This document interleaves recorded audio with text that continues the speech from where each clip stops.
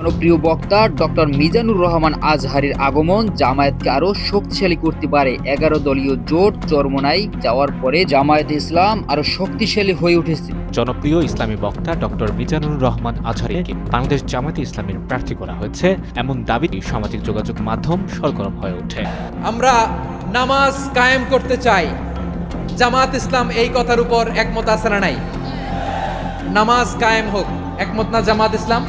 জামায়াতে ইসলামের আমির ডক্টর শফিকুর রহমানের সাথে সম্প্রতি সাক্ষাৎ করেছেন তুমুল জনপ্রিয় Islamic scholar doctor Mizanur Rahman Azhari. আমাদের সবার একটি পরিচিত মুখ এবং আবেগের জায়গা ডক্টর মিজানুর রহমান আজহারী। সে কিন্তু একজন ইসলামিক স্কলার। সে জামায়াতে যোগদানের বিষয় নিয়ে যে কথা বলছেন আপনারা শুনলে অবাক হবেন। আমাদের কিছুদিন আগে আমাদের সোশ্যাল মিডিয়া এবং একটি গুঞ্জন উঠেছিল যে ঢাকা 5 আসন এবং দেখা যায় যে কোনো একটি আসন নিয়ে কিন্তু নির্বাচন করতে পারে জামায়াতের প্রার্থী হয়ে ডক্টর মিজানুর রহমান আজহারী।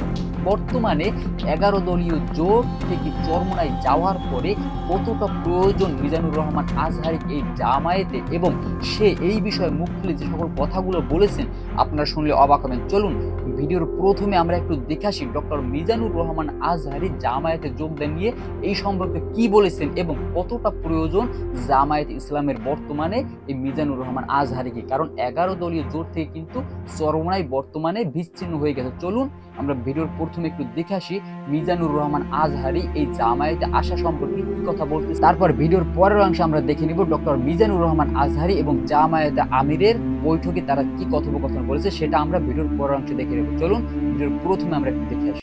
আমি সম্মানিত আমার মাথার তাজ ওলামাদেরকে জাতীয় ঐক্যের আহ্বান জানাই। আমি আমার সম্মানিত রাজনৈতিক ব্যক্তিবর্গদেরকে জাতীয় ঐক্যের আহ্বান জানাই। আমরা নামাজ কায়েম করতে চাই, জামায়াত ইসলাম এই কথার উপর একমত আছে না নাই? নামাজ কায়েম হোক, একমত না জামায়াত ইসলাম? হেফাজত একমত না? ইসলামী আন্দোলন একমত না? তাবলীগের ভাইয়েরা একমত না? পীরের মুরিদেরা একমত না? আপামর তাওহিদি মুসলিম জনতা একমত না? তাহলে নামাজ কায়েম করতে হবে, নামাজ কায়েম করতে হবে এই কমন গ্রাউন্ডে আমরা সবাই একমত, ঠিক কিনা? যাকাত আদায় করতে হবে, সবাই একমত, ঠিক কিনা? নারীদের পর্দা করতে হবে, শালীন পোশাক পরতে হবে, একমত সবাই, ঠিক কিনা? বৈষম্য বিরোধী বাংলাদেশ চাই, সবাই একমত, ঠিক কিনা? মেরিটোক্রেসি, মেরিটোক্রেসি, আর কোনো মামা চাচার ফোনে পদ দিলে হবে না, মেধার ভিত্তিতে সবগুলো পদ ঠিক করতে হবে, চিল্লায় বলো ঠিক কিনা? আমরা একমত না? স্বাধীনতা সার্বভৌমত্বের প্রশ্নে আমরা সবাই একমত, ঠিক কিনা? আমার নবীরে গালি দিলে রাষ্ট্রীয়ভাবে সর্বোচ্চ শাস্তি তার নিশ্চিত করতে হবে, ঠিক কিনা? এই 10টা কমন গ্রাউন্ডকে সামনে রেখে বিশাল জনসমাবেশ করেন সোহরাওয়ার্দীর ময়দানে, সবাই আসেন। জামাত ইসলাম, হেফাজতে ইসলাম, ইসলামী আন্দোলন, পীরের মুরিদ, তাবলীগ, খেলাফত মজলিস, সবাই একসাথে হন, তাহলে সবাই জানবে যে এই 10টা বিষয়ে আমরা একমত। বলেন, এই ঐক্যতে আপনার দরবার যাবে? দরবার নষ্ট হবে? আপনার দল নষ্ট হবে? আপনার আকীদা নষ্ট হবে না? আমার মাথার তাজ সম্মানিত ওলামা একরাম, এই 10টা কমন গ্রাউন্ডে যদি এক হন, আপনার আকীদা নষ্ট হবে? আপনার আকীদা আপনার, আমার আকীদা আমার, আপনার দল আপনার, আমার দল আমার, আপনার পলিসি আপনার, আমার পলিসি আমার, কারো কিছু নষ্ট হবে না। কিন্তু যে বিষয়ে আমরা সবাই একমত, এরকম 10টা মৌলিক পয়েন্টে আমরা একমত হতে চাই কি চাই না? এতে কারো কোনো লস নাই, কারো কোনো ছাড়ও দেয়া লাগবে না, কারো দরবারও যাবে না, কারো দলও নষ্ট হবে না, কারো আকীদাও নষ্ট হবে না। আমার আকীদা আমার, আমার দল আমার, আমার সব ঠিক আছে। শুধু এই বিষয়ে আমি একমত, তুমি একমত, তুমি একমত, তো আমরা সবাই একসাথে বসে জানান দেই যেগুলোতে আমরা একমত। আমরা যদি বিচ্ছিন্ন হই আমাদের শক্তি কমে যাবে, আমাদের পাওয়ার আমরা হারাবো। আমাদের কি হারাবো? পাওয়ার। মনে রাখবেন, যখন আমি একা থাকি তখন আমি ব্যক্তি, যখন আমরা সবাই মিলি তখন আমরা শক্তি। এই শক্তি নিয়ে আমাদের সামনে এগিয়ে যাওয়ার দরকার আছে না নাই? তাহলে আমরা যদি নিজেরা বিরোধে লিপ্ত হই, আমাদের ক্ষমতা, পাওয়ার ছুটে যাবে। আমরা এই পাওয়ার হারাতে চাই না, ঠিক কিনা বলেন? বাংলাদেশের রাজনীতিতে এক সময় যিনি তৃণমূল পর্যায়ে জামায়াতে ইসলামীকে জনপ্রিয় করেছিলেন, তিনি ছিলেন আল্লামা দেলাওয়ার হোসেন সাঈদী। তার দারাজ কণ্ঠে ইসলামের বাণী শুনে লাখো তরুণ, যুবক ও বৃদ্ধ জামায়াতের সঙ্গে যুক্ত হয়েছিলেন, দিয়েছিলেন ভোট। সাঈদী ছিলেন শুধু একজন নেতা নন, জামায়াতের জন্য এক অমূল্য সম্পদ। তাই তো আওয়ামী লীগ যখন টার্গেট করে 6 জন জামায়াতি নেতাকে শহীদ করে, তখন তাদের মধ্যে তিনি ছিলেন অন্যতম। শেখ হাসিনা ভারতের পরামর্শে 2010 সালের জামায়াতের 3টি খাত ভেঙে দেন। সাইদিকে শহীদ করে ভেঙে দেওয়া হয় জামায়াতের জনপ্রিয়তার মেরুদণ্ড। মোহাম্মদ কামরুজ্জামানকে শেষ করা হয় পরিকল্পনা ও কৌশলের শক্তি, আর মীর কাসেম আলীকে দিয়ে ধ্বংস করা হয় আর্থিক খাত। যদিও জামায়াত পরিকল্পনা ও অর্থনীতির ঘাটতি কিছুটা কাটিয়ে উঠেছে, কিন্তু একজন সাইদি অভাব এখনো স্পষ্ট, আর সেই অভাব পূরণের মতো কাউকে তৈরি করতে পারেনি দল। তারেক মনোয়ার কিংবা আমির হামজাদের দিয়ে কিছুটা সম্ভব হতো, তবে তাদের নানা বিতর্কিক বক্তব্যের কারণে সেটিও হয়নি। প্রশ্ন উঠছে, এই শূন্য স্থান কি খালি থাকবে, নাকি আবার উঠে আসবেন নতুন কেউ? সেই প্রশ্নের উত্তরে আলোচনার কেন্দ্রে এখন মাওলানা মিজানুর রহমান আজাহারী। শোনা যাচ্ছে তিনি জামায়াতে ইসলামীতে যোগ দিতে চাচ্ছেন। এমনকি আসন্ন জাতীয় সংসদ নির্বাচনে ঢাকার কোনো একটি আসন থেকে জামায়াতের হয়ে প্রার্থীও হতে পারেন তিনি। সম্প্রতি মালয়েশিয়া থেকে দেশে এসে তিনি জামায়াতের আমির ডক্টর শফিকুর রহমানের সঙ্গে একান্তে বৈঠক করেছেন। দীর্ঘ সময় ধরে কথা বলেছেন রাজনীতি, নির্বাচন ও ভবিষ্যৎ পরিকল্পনা নিয়ে। বৈঠক শেষে হাস্যোজ্জ্বল অবস্থায় ছবি তোলা হয়েছে। সূত্র বলছে, আজাহারী শুধু প্রার্থী হওয়ার জন্যই আসেনি, তিনি ইসলামী জোট গঠনের চেষ্টা করবেন। ছোট ছোট সব ইসলামী দলকে এক ছাতার নিচে আনার উদ্যোগ নেবেন, কারণ তাদের নেতাদের সঙ্গে তার সম্পর্ক ভালো। পাশাপাশি ঢাকার অভিজাত এলাকা গুলশান ও বনানীতে ইনডোর সেমিনারের মাধ্যমে এলিট শ্রেণীর কাছে ইসলামের অহিংস বাণী তুলে ধরবেন। বিশেষ করে উচ্চশিক্ষিত নারীদের বোঝাবেন, ইসলামী রাজনীতি ক্ষমতায় এলে তাদের ক্ষতি নয়, বরং উপকার হবে। কিন্তু প্রশ্ন হলো, আজহারীর সরাসরি জামায়াতে যোগ দিলে তার ইমেজ ক্ষতিগ্রস্ত হবে কিনা। ইতিহাস বলছে, আওয়ামী লীগ তাকে আগে থেকেই জামায়াত শিবিরের লোক মনে করে। 2020 সালে শেখ হাসিনা সরকারই তাকে দেশ ছাড়তে বাধ্য করেছিলেন। তৎকালীন ধর্মমন্ত্রী প্রকাশ্যে তাকে জামায়াতের এজেন্ট বলেছিলেন। বিএনপিও তাকে নিরপেক্ষ মনে করেন না, বরং শত্রু ভাবাপন্ন। সিলেটের এক মাহফিলে বিএনপির কর্মী তাকে অপমান করেছিলেন, কারণ তিনি তখন বলেছিলেন এক দল খেয়েছে আর এক দল খাওয়ার জন্য প্রস্তুত। এতে বিএনপি ক্ষিপ্ত হয়ে তাকে রাজাকার বলেও গালি দিয়েছিলেন। আজাহারী জবাব দিয়েছিলেন, রাজাকার খেলার দিন শেষ। এখন প্রশ্ন, যখন আওয়ামী লীগও বিএনপিও তাকে জামায়াতের লোক হিসেবে দেখেন, তখন সরাসরি জামায়াতে যোগ দিলে আসলে ক্ষতি কি? বরং এতে কয়েকটি বড় পরিবর্তন ঘটতে পারে। যদি ইসলামী জোটের পক্ষে প্রচারণায় নামেন, তাহলে দেশে ভোট বিপ্লব ঘটতে পারে। এমপি হয়ে সংসদে গেলে ইসলামের পক্ষে আইন পাশ করা সহজ হবে। আর তিনি যদি ভবিষ্যতে শিক্ষামন্ত্রী হন, তবে শিক্ষা খাত থেকে বামপন্থীদের প্রভাব কমে যাবে। ইসলাম ও আধুনিক জ্ঞানের সমন্বয়ে নতুন সিলেবাস তৈরি হবে। সব মিলিয়ে আজাহারীর জামাতে যোগ দেওয়া ইসলামী আন্দোলনকে আরো গতি দিতে পারে। তবে সমালোচকদের প্রশ্ন আছে, তার মতো একজন মানুষের কি এই নষ্ট রাজনীতিতে আসা উচিত? বাংলাদেশের রাজনৈতিক মঞ্চে এক সময় যে নামটি তৃণমূল থেকে শুরু করে উচ্চবিত্তার বননে জামায়াতে ইসলামীকে এক অনন্য উচ্চতায় পৌঁছে দিয়েছিল, সেটি ছিল আল্লামা দেলোয়ার হোসেন সাঈদী। তার কণ্ঠস্বর, যা এককালে হাজার হাজার শ্রোতাকে মন্ত্রমুগ্ধের মতো আটকে রাখত, তার গভীর অনুকরণ এবং সাবলীল উপস্থাপনার মধ্য দিয়ে ইসলামের বাণীকে এমনভাবে ছড়িয়ে দিয়েছিল যা ছিল অভূতপূর্ব। তার প্রতিটি মাহফিল পরিণত হতো জনসমুদ্রে, যেখানে লাখো তরুণ যুবক, প্রবীণ বৃদ্ধ নির্বিশেষে এক অবিস্মরণীয় অভিজ্ঞতার সাক্ষী হতে ছুটে আসতেন।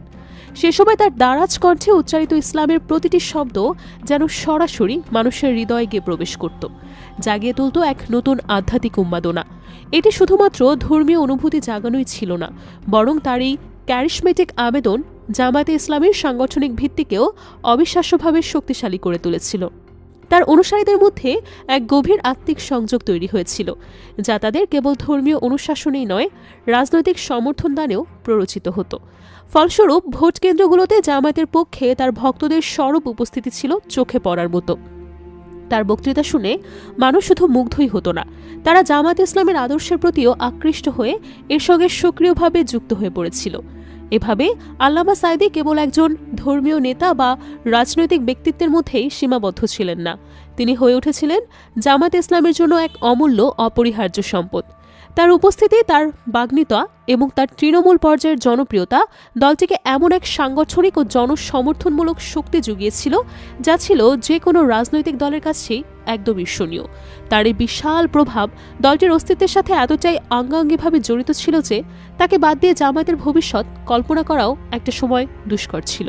তিনি ছিলেন এমন এক স্তম্ভ যার উপরে নির্ভর করে জামায়াতে ইসলামী বাংলাদেশের রাজনীতিতে তাদের অবস্থান পোক্ত করেছিল, জনসমর্থনের এক বিশাল ধারাকে নিজেদের দিকে টানতে সক্ষম হয়েছিল। রাজনৈতিক প্রেক্ষাপট যখন নিজস্ব ধারায় প্রবহমান, ঠিক তখনই বাংলাদেশের রাজনীতিতে একটা নতুন মোড় আসে যা জামায়াতে ইসলামীর ভিত্তিতে নাড়িয়ে দেয়। আওয়ামী লীগ সরকারের লক্ষ্যবস্তুতে পরিণত হয় জামায়াতে ইসলামীর 6 জন শীর্ষ নেতা, যাদেরকে একের পর এক শহীদ করা হয়। এই নেতাদের তালিকায় আল্লামা দেলোয়ার হোসেন সাঈদী ছিলেন অন্যতম, যিনি দলের প্রাণভোমরা হিসেবে পরিচিত ছিলেন। এই রাজনৈতিক পদক্ষেপগুলো যে শুধুমাত্র আইনি প্রক্রিয়ায় অংশ ছিল না, বরং এর পেছনে গভীর রাজনৈতিক কৌশল লুকায়িত ছিল, তা অনেকেই মনে করেন। বিশেষ করে 2009 সালে আওয়ামী লীগ ক্ষমতায় আসার পর থেকেই জামায়াতে ইসলামের উপর এক সুদূরপ্রসারী চাপ সৃষ্টি করা হয়েছিল। সূত্রের দাবি অনুযায়ী তৎকালীন প্রধানমন্ত্রী শেখ হাসিনা ভারতের পরামর্শে 2010 সাল থেকে জামায়াতের 3টি মূল ভিত্তি ভেঙে দেওয়ার এক মহা পরিকল্পনা হাতে নেন। এই পরিকল্পনা বাস্তবায়নে আল্লামা সাঈদীর শহীদ হওয়া ছিল এক অত্যন্ত গুরুত্বপূর্ণ ধাপ। তাকে ঘিরে যে জনসমর্থন এবং জনপ্রিয়তার বলয় তৈরি হয়েছিল তা যেন এক নিমিষে ধূলিসাৎ করে দেওয়া হয়। তার অনুপস্থিতি জামায়াতের তৃণমূল পর্যায়ের জনপ্রিয়তার মেরুদণ্ডকে ভেঙে দেয়, যা ছিল দলটির টিকে থাকার অন্যতম প্রধান শক্তি। লাখো মানুষের আবেগ ও সমর্থনকে তিনি এক সুতোয় গেঁথেছিলেন। তার বিদায় যেন সেই সুতোকেই ছিন্নভন্ন করে দিল। এরপর আসে মোহাম্মদ কামরুজ্জামান, যিনি দলের পরিকল্পনা ও কৌশলের মূল শক্তি হিসেবে পরিচিত ছিলেন। তার হত শেষ হওয়া জামায়াতের কৌশলগত চিন্তাভাবনার ক্ষেত্রে এক গভীর শূন্যতা তৈরি হয়। দলটির যেন তার বুদ্ধিদীপ্তি, পরিকল্পনা এবং সুদূর প্রসারী কৌশলের নেতৃত্ব হারায়, যা যে কোনো রাজনৈতিক দলের জন্যই অপরিহার্য। যদিও জামায়াতে ইসলামী তাদের সাংগঠনিক দক্ষতা ও প্রতিকূলতা মোকাবিলার এক অবিস্মরণীয় ক্ষমতার প্রমাণ দিয়ে পরিকল্পনা ও অর্থনীতির ক্ষেত্রে সৃষ্ট ঘাটতিগুলো কিছুটা হলেও কাটিয়ে উঠতে সক্ষম হয়েছে, তবে আল্লামা দেলোয়ার হোসেন সাঈদীর অভাব আজও দলের প্রতিটি স্তরে স্পষ্ট। এটি কেবল একজন নেতার অনুপস্থিতি নয়, বরং এক সুদূর প্রসারী শূন্যতা, যা দলটির মনোবলে এবং জনসম্পৃক্ততায় একটা গভীর প্রভাব ফেলেছে। তার মতো একজন জনপ্রিয় ক্যারিশমেটিক বক্তার শূন্যস্থান পূরণ করা যে কতটা কঠিন তা জামায়াতে ইসলামীর বর্তমান পরিস্থিতি দেখলেই বোঝা যায়। দল আপ্রাণ চেষ্টা করেও সাঈদীর সেই অনন্য গুণাবলী ও জনমোহিনীর শক্তিকে ধারণ করার ক্ষমতা কাউকে তৈরি হয়নি। তার অনুপস্থিতি শুধু নেতৃত্বেই নয়, বরং দলের তৃণমূল কর্মীদের মধ্যে যে উদ্দীপনা ও প্রেরণা তৈরি হতো তাতেও গভীর প্রভাব ফেলেছে। এসব ঘটনার প্রেক্ষিতে একটি মৌখিক প্রশ্ন বারবার সামনে চলে আসছে। জামায়াতে ইসলামের নেতৃত্ব পদে যে বিশাল শূন্যস্থান তৈরি হয়েছে তা কি চিরকাল খালিই থাকবে, নাকি অদূর ভবিষ্যতে নতুন কোনো ক্যারিশমেটিক নেতৃত্ব উঠে আসবে? এই প্রশ্ন কেবল জামায়াত সমর্থকদের মধ্যেই নেই। এই প্রশ্নের সম্ভাব্য উত্তর হিসেবে সম্প্রতি আলোচনার কেন্দ্রে উঠে এসেছেন মাওলানা মিজানুর রহমান আজহারী। তার নাম এখন বাংলাদেশের রাজনৈতিক মহলে একটা নতুন আলোচনার ঢেউ তুলেছে। শোনা যাচ্ছে মাওলানা আজহারী নিজেই জামায়াতে ইসলামীতে যোগ দেওয়ার আগ্রহ প্রকাশ করেছেন। যদি এই গুঞ্জন সত্যি হয়, তবে এটি বাংলাদেশের রাজনীতিতে একটা নতুন মেরুকরণের জন্ম দেবে। এমনকি আরও জোরালোভাবে শোনা যাচ্ছে যে আসন্ন জাতীয় সংসদ নির্বাচনে তিনি রাজধানী ঢাকার অত্যন্ত গুরুত্বপূর্ণ কোনো একটি আসন থেকে জামায়াতে ইসলামের প্রার্থী হিসেবে প্রতিদ্বন্দ্বিতা করতে পারবেন। সম্প্রতি মাওলানা আজহারী মালয়েশিয়া থেকে দেশে ফিরে আসার ঘটনা এবং এরপর জামায়াতের বর্তমান আমির ডক্টর শফিকুর রহমানের সঙ্গে তার একান্ত বৈঠক এই জল্পনা কল্পনাকে আরও এক নতুন মাত্রা দিয়েছে। তাদের মধ্যে যে দীর্ঘ সময় ধরে আলোচনা হয়েছে তা কেবল সাধারণ সৌজন্যমূলক সাক্ষাৎ ছিল না। এই বৈঠক থেকে পাওয়া খবর অনুযায়ী তারা গভীরভাবে দেশের বর্তমান রাজনীতি, আসন্ন নির্বাচন এবং জামায়াতের ভবিষ্যৎ পরিকল্পনা নিয়ে বিস্তারিত আলোচনা করেছেন। পাশাপাশি মাওলানা আজহারীর কৌশলগত চিন্তা আরও গভীর। তিনি শুধু জনসভা বা মাহফিলের মাধ্যমে তৃণমূলকে লক্ষ্য করবেন না, বরং ঢাকার অভিজাত এলাকা যেমন গুলশান ও বনানীতে ইনডোর সেমিনারের আয়োজন করে এলিট শ্রেণীর কাছে ইসলামের অহিংস বাণী তুলে ধরবেন। প্রিয় দর্শক, সবাইকে অসংখ্য ধন্যবাদ সম্পূর্ণ ভিডিওটি দেখার জন্য। আপনারা সম্পূর্ণ ভিডিওটি দেখে অবশ্যই বিষয়টা বুঝতে পারছেন, এই যে জামায়াতে ইসলাম 11 দলীয় জোট হয়ে তারা কিন্তু নির্বাচন করতে চলেছিল, কিন্তু হঠাৎ করে গত 2 দিন আগে কিন্তু তাদের 11 দলীয় জোট থেকে চরমোনাই বিচ্ছিন্ন হয়ে গেছে। কোনো একটা মতভেদের কারণে কিন্তু তারা বিচ্ছিন্ন হয়ে গেছে। কিন্তু জামায়াতে ইসলামের হয়ে আমাদের সাধারণ জনগণ যারা আছে আমাদের দেশে, তারা কিন্তু মনে করছিল যে আসলে জামায়াতের হয়ে এই যে মিজানুর রহমান আজহারি কোনো একটা আসলে সে কিন্তু নির্বাচন করবেন, কিন্তু সেটা কিন্তু জামায়াতে আমির কিন্তু ক্লিয়ার করে দিয়েছে যে না, সে কোনো জামায়াতের প্রার্থী হয়ে কোনো নির্বাচন করবে না। শুধু জামায়াতের কেন, কোনো দলের হয়েই ডক্টর মিজানুর রহমান আজহারি নির্বাচন করবে না, কিন্তু সে কিন্তু প্রতিটা দলকেই ভালোবাসে। হ্যাঁ, অলরেডি জামায়াতে ইসলাম দেখা যায় তাদের প্রার্থী কিন্তু নির্বাচন করে ফেলে। হ্যাঁ, তবে এই যে মিজানুর রহমান আজহারি, তাকে কিন্তু সবাই ভালোবাসে, সবাই চায় সে জামায়াতের হয়ে নির্বাচন করুক বা দেখা যায় ইসলামিক কোন একটি দলের হয়ে নির্বাচন করুক। এবং এই যে 11 দলীয় জোট থেকে চরমোনায় যাওয়ার পরে বিশেষ করে এখনো যদি দেখা যায় যে এই যে মিজানুর রহমান আজহারি জামায়াতের হয়ে কোনো নির্বাচন করে, বিষয়টা ভালো হবে, আমরা সবাই এটা চাই, কিন্তু এটা কোনোভাবেই সম্ভব না। কারণ তারা কিন্তু ঘোষণা করে দিয়েছে মিজানুর রহমান আজহারি সে কোনো নির্বাচন করবে না, নির্বাচনে অংশগ্রহণ করবে না। যাই হোক, এই বিষয়টা যাদের মনে কোনো প্রশ্ন ছিল বা সংশয় ছিল, সম্পূর্ণ ভিডিও দেখে আপনারা বুঝতে পারছেন যে আসলে কোনো চান্স নেই এবং সে নির্বাচনে আসবে না। এবং জামায়াতে ইসলাম কিন্তু তাদের প্রার্থী প্রতিটা জায়গায় পদে পদে তারা সেট করে দিয়েছে। যাই হোক, সবাই ভালো থাকবেন, সুস্থ থাকবেন। যারা আমাদের চ্যানেলে নতুন, অবশ্যই চ্যানেলটি সাবস্ক্রাইব করে পাশে থাকবেন এবং ভিডিওতে একটি লাইক করে পাশে থাকবেন। আপনাদের মূল্যবান মতামত অবশ্যই কমেন্টে জানিয়ে যাবেন। সবাই ভালো থাকবেন, ধন্যবাদ সবাই।